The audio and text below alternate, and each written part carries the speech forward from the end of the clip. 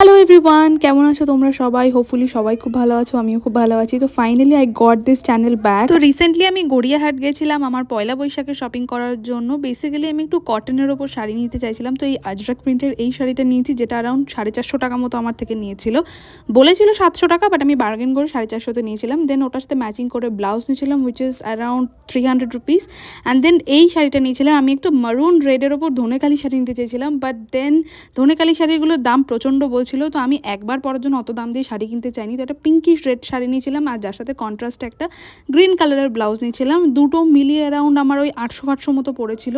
দেন ব্লাউজের সাথে ম্যাচিং করে এই চুড়িগুলো নিয়েছিলাম, যেটা 6 পিস আমার 120 টাকা পড়েছিল। আর এই যে এটা নিয়েছিলাম আমার খোপার জন্য, এটা অ্যারাউন্ড 40 টাকা মতো পড়েছিল। আর সাথে নিয়েছিলাম দুটো সিলভার হুপস, যেগুলো অ্যারাউন্ড আমার 40 টাকা ইচ পড়েছিল।